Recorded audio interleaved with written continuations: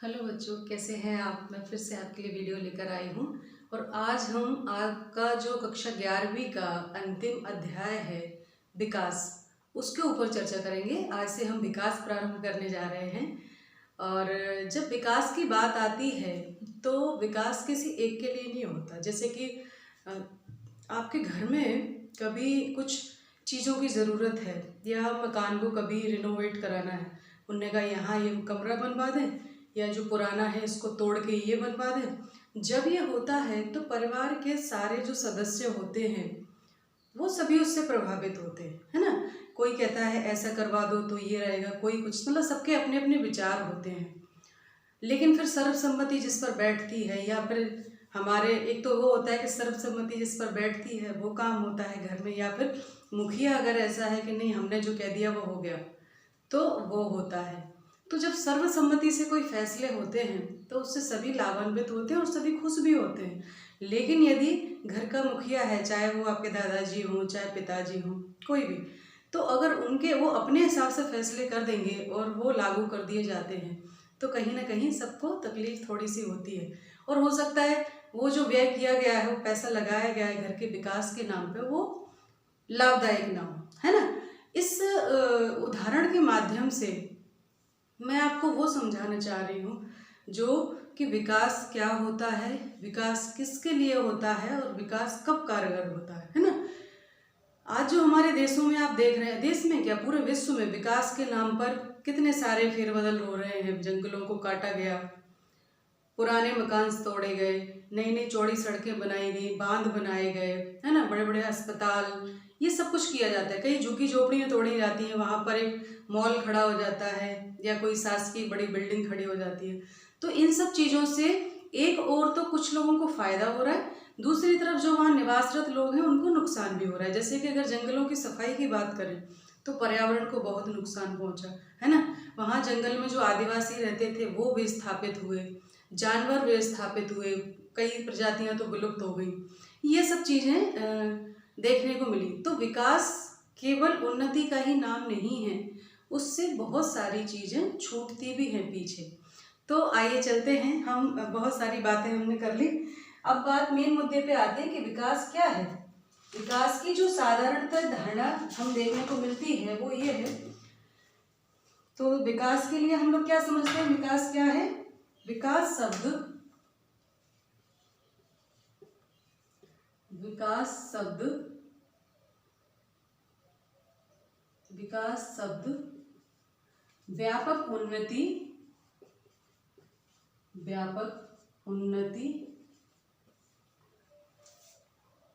औद्योगिकरण,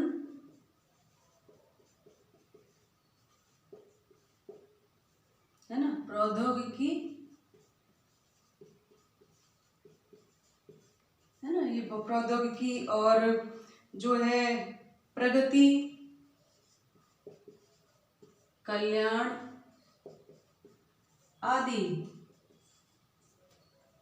विकास शब्द व्यापक उन्नति, औद्योगिकरण, प्रौद्योगिकी, प्रगति, कल्याण आदि को अपने अंदर समेटे हुए है, अपने अंदर समेटे हुए है। ठीक है, अर्थात क्या होता है, हम क्या समझ लेते हैं, विकास शब्द का प्रयोग प्राय काय के लिए होता है, आर्थिक विकास की दर में वृद्धि और समाज का आधुनिकीकरण, है ना। वैसे तो व्यापक अर्थ में क्या है इसमें, विकास के अंतर्गत व्यापक उन्नति, प्रौद्योगिकरण, औद्योगिकरण, प्रौद्योगिकी, प्रगति, कल्याण, उन्नति आदि, इन सबको अपने अंदर समेटे हुए है विकास। लेकिन साधारणतः क्या किसके लिए यूज करते हैं हम, साधारणतः इसका यूज होता है आर्थिक विकास या आर्थिक क्या कहते हैं उसको, आर्थिक विकास की दर में वृद्धि, है ना, आर्थिक विकास दर में वृद्धि, विकास दर में, आर्थिक विकास दर में वृद्धि, या फिर समाज का आधुनिकीकरण,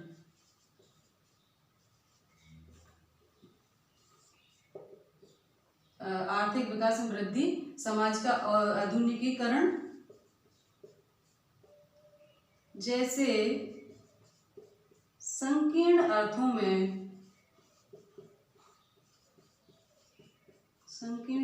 में इसका प्रयोग किया जाता है,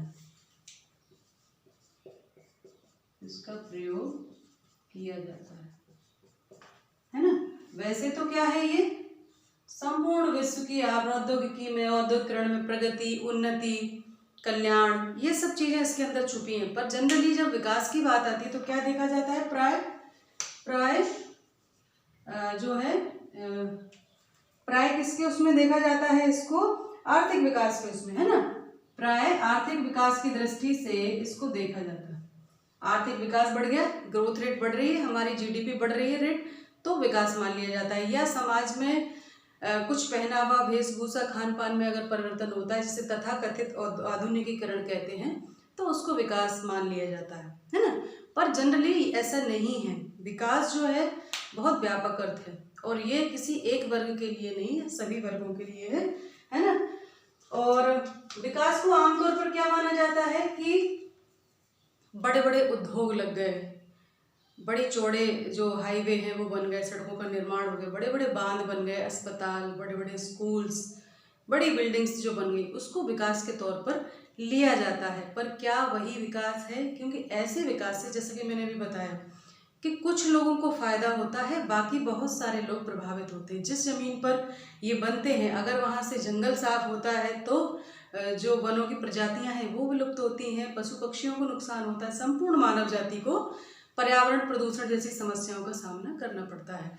वहीं दूसरी तरफ अगर किसी रिहायशी बस्ती पर ये बनाया जाता है तो वहाँ जो लोग रहते हैं वो विस्थापित हो जाते हैं। हम जब बांधों की बात करें तो हमारे मध्य प्रदेश में नर्मदा बांध के ऊपर कितने दिनों से आंदोलन चला उसकी ऊंचाई को लेकर, क्योंकि जब बांध बनते हैं बड़े बड़े, तो बहुत बड़े क्षेत्र को अपने डूब क्षेत्र में लाते हैं और वहाँ के किसानों को विस्थापित यानी बाहर जाना पड़ता है। तो वो अपना घर बार, जमीन, सब कुछ छोड़कर जाते हैं। मुआवजा कभी मिलता है, कभी नहीं मिलता, मिलता भी है तो ऐसा कि वो पर्याप्त नहीं होता। तो ऐसी बहुत सारी चीज़ें कि विकास के नाम पर होती हैं। तो क्या ये विकास है? क्या ये सबके लिए विकास है? ये बहुत प्रश्नवाचक चिन्ह है और सदैव चर्चा का विषय रहा है। तो विकास में हम यही बात करेंगे कि भाई क्या विकास सबके लिए क्या है। तो व्यापक रूप से मैंने बताया, संकीर्ण रूप से बताया कि सिर्फ उद्योगीकरण को, उद्योगों की स्थापना को, बड़ी बड़ी बिल्डिंग्स को, बांधों को बनाने को वर्तमान में विकास समझा जाता है। ठीक है, एक तो ये हो गया। ठीक है, कि विकास के क्रम में लोगों का सम्मान किया गया। क्या विकास के लाभ का बोझ उचित वितरण हुआ? मतलब विकास का जो बोझ है वो लोगों पर पड़ा, तो क्या सब पे समान रूप से पड़ा है या कुछ लोग ही उससे पीड़ित हुए हैं, है ना। ये भी एक बड़ा विषय सोचने वाला है। अगला जो हमारा पॉइंट है वो है चुनौतियां, विकास की चुनौतियां। ये तो हमने जाना कि विकास व्यापक अर्थ में क्या है, संकीर्ण अर्थ में क्या है। अब है विकास की चुनौतियां। विकास की चुनौतियां, तो विकास की हम बात करें तो ये कब सबसे ज्यादा हुआ? 20वीं शताब्दी में ये लोकप्रिय रहा है ना। विकास की अवधारणा जो है वो 20वीं सदी में बहुत लोकप्रिय रही, क्योंकि उस समय बहुत सारे देश जो है अफ्रीका के और एशिया के देश थे वो स्वतंत्र हो रहे थे, उन्होंने राजनीतिक स्वतंत्रता पाई थी। और ऐसे में जो देश जो औपनिवेशिक सत्ताएं थी उनको छोड़कर गई थी, वो सभी उनको भुखमरी, बेरोजगारी, अशिक्षा, कंगाल करके छोड़ गई थी। तो ऐसे में उनके ऊपर ये जिम्मेदारी थी कि वो कैसे अपने विकास करें, है ना। तो उनके सामने जो समस्याएं थी वो थी 1950 और 60 के दशक में, 1950 व 60 के दशक में अधिकांश एशिया व अफ्रीका के नव स्वतंत्र राष्ट्रों के सामने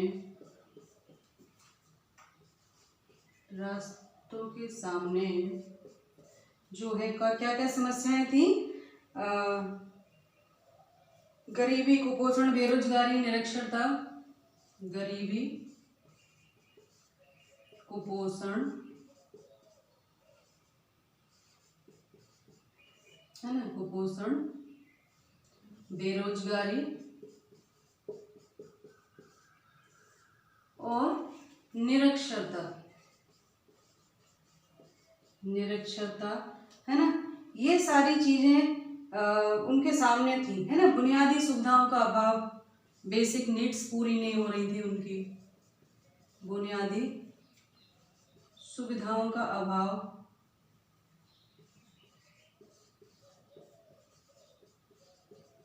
बुनियादी सुविधाओं का अभाव आदि समस्याएं थी। ठीक है, तो ऐसे में जब ये समस्याएं थी तो इन लोगों का कहना था कि जब इन्होंने आज़ादी हासिल की तो औपनिवेशिक सत्ता जो थी, जो इन पर शासन कर रही थी, उसने इनके देश के संसाधनों का उपयोग सभी देशवासियों के लिए नहीं किया, बल्कि किसके लिए किया, स्वयं के लाभ के लिए किया। इसलिए ये स्थिति पैदा हुई। तो इन लोगों का कहना था, इन सभी राष्ट्रों के लोगों का, नेताओं का, कि हम अपने संसाधनों का उपयोग अपने लिए करेंगे। ठीक है, तो इनके सामने मेन चुनौती थी कि ये सब समस्याएं थी। ऐसे में इन राष्ट्रों के सामने, इन राष्ट्रों को अपने देश के लोगों का या नागरिकों का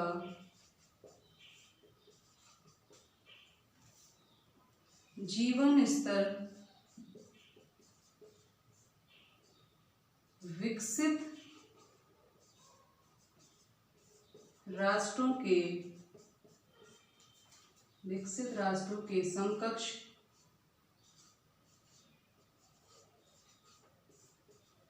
समकक्ष लाने की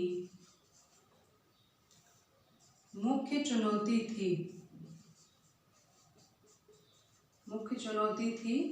धन का अभाव,